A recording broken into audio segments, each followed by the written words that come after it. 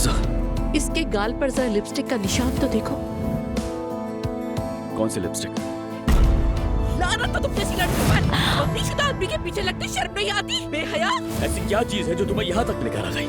तुम्हारे बाजू का टैटू। सेम ये टैटू एलिफ का भी है।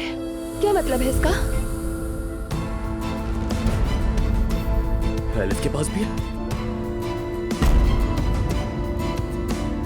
तुम्हारे साथ जो बदतमीजी की थी मैंने उसके लिए माफी चाहता हूँ मैं। अब जब तुमने मुझे माफ कर दिया तो क्यों ना आज शाम तुम मेरे साथ खाने पर चलो। क्या ये तुम मुझे डेट की ऑफर कर रहे हो? तुम जो चाहे नाम ले लो, मैंने तो तुम्हें दिल से ऑफर की है और मुझे यकीन है कि तुम मेरी ऑफर नहीं ठुकराओगी।